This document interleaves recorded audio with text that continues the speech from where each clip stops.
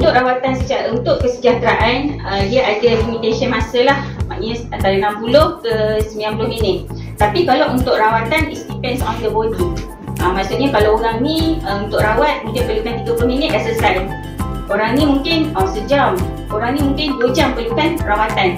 Dan mungkin ada juga yang perlukan secara konsisten, 3 hari, 5 hari, 7 kali. Okey, so bila anda datang ke pusat rawatan kami akan memberikan konsultasi yang sesuai untuk masalah yang untuk masalah kelahiran ni. Oh, berarti kalau misalnya masa tu depend kat customer ke ataupun masa depends on us. Sebab kami yang profesional yang tahu masalah klien dan kami akan advise. Maksud masa datang kadang-kadang rasa minat nak urut full body. Sebab normally dalam pemikiran kita sakit badan full body. Tapi bila anda datang kami akan pesan apa masalahnya sebenar. Tapi kalau waktu datang tu sebenarnya kalau kita sakit pinggang, kita nak balik hilang sakit pinggang dia tak? Jadi kita mungkin akan kena fokus kepada masalah dia dahulu. Mungkin dia perlu datang untuk second time untuk full body service.